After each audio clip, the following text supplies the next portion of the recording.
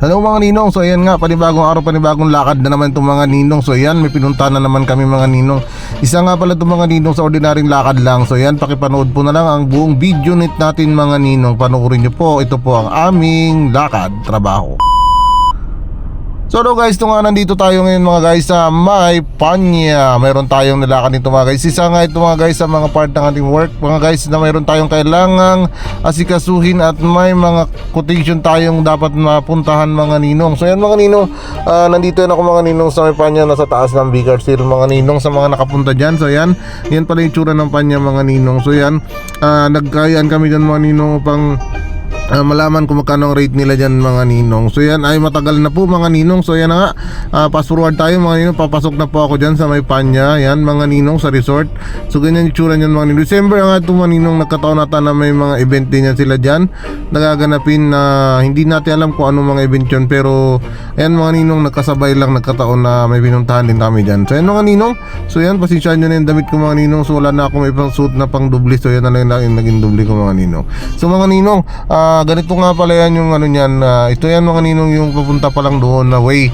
So ito ay nasa dito sa may papunta ng Bigard Seal mga ninong. Yung parting kanan na yan mga ninong, yung maraming nakaparadang sasakyan ay Bigard Seal. Kasama nila yan yung kaharapan nilang parking, ka-opposite nila. Yan mga ninong, paahon na yan kami dyan, paakyat na yan mga ninong, yung daan na yan. So diretsuhin mo lang yan mga ninong. Ang tagos nitong daan na to mga ninong ay papunta ng Tagburos mga ninong. Then kung pakanan ka naman, Tagburos pa rin, pero dito lang siya sa may malapit lang. Kapag pakaliwa ka naman ay yun, tatagusin mo na yung papunta doon sa may siksikan na way mga ninong. Kaya lang medyo mahirap yung daan, medyo malubak pa yung papunta ng siksikan. Pero kapag papunta ka dito mga ninong sa may Tagburos yan, yung papunta sa may paliko ng Panya Resort mga ninong. So yan, medyo ano nga mga ninong, medyo maganda yung area nila kasi yan ay overlooking mga ninong. Nasa taas yan ng Puerto Princesa. Medyo kapag dariyan ka, makikita mo yung buong ano ng puerto dito sa may party ng northern part ng puerto mga ninong, yung kanyang area. Makikita mo yan yung kalaparan ng puerto pagdating dyan sa taas, kasi nga medyo nasa elevated area ito mga ninong. So yan mga ninong, so yan, nandito na yan kami mga ninong, nasa taas na yan, papunta na yan doon sa May Panya Resort mga ninong. Ayan, panoorin nyo lang po yung ating full video mga ninong. So sa mga gusto makapunta, yan na mga ninong yung kanyang signboard. So pakanan na po yan mga ninong, paakyat dyan sa May Panya. Ganyan po. Yan. So yun po ang Panya, nasa taas po. Yan, medyo mahirap ahunin po yan kapag hindi kayo nakapag-prepare. So kailangan prepare po yung inyong makina, nakabuilo na agad, paahon pa lang dyan mga ninong. So yan, parating na po yan dyan mga ninong. So I think parang hapon na ata ito mga ninong, parang magpa 5:30 na po ata or 4:30 yan. Basta pahapon na po yan, nakala namin close na sila mga ninong.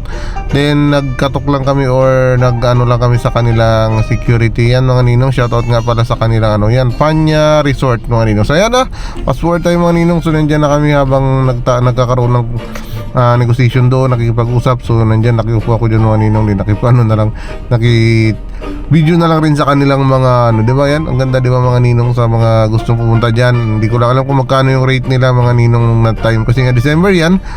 Siguro may kamahalan pero sulit pa naman.